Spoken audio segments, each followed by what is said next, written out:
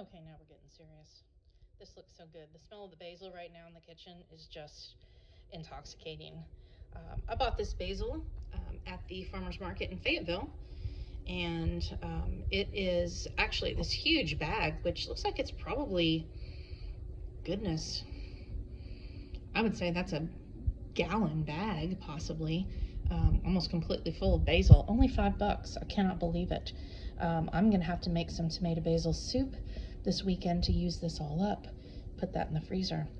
All right, so like I said, this is the first time I've put the basil on, but I'm really excited about it.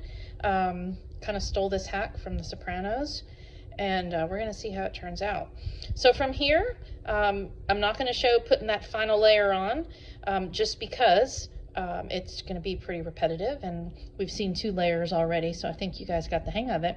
But I will tell you that for the last layer, we're going to do the noodles and the meat sauce, but instead of putting the cheese on the very top, I'm going to do noodles, a little bit more cheese, and then leave it with just sauce on top. It tends to cook better if you have the sauce on top instead of the cheese. The cheese sometimes will kind of burn, so I prefer to put that 3rd layer of cheese underneath the meat.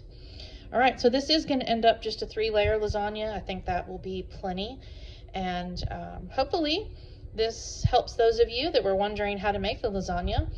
Again, here's a picture of the sauce. You can see the consistency with the pepperoni and the ground beef. Just a reminder, approximately 1 pound of ground beef, maybe 3 ounces or so of pepperoni, 3 to 4 ounces of pepperoni, and then 2 cans of pasta sauce, and that's about the ratio that I start with.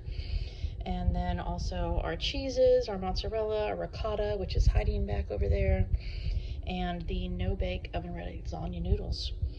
All right, any questions, let me know. Also, be kind with your feedback. It's my first video, so, or my first recipe video. I know it'll take about 4 videos to put it all out there.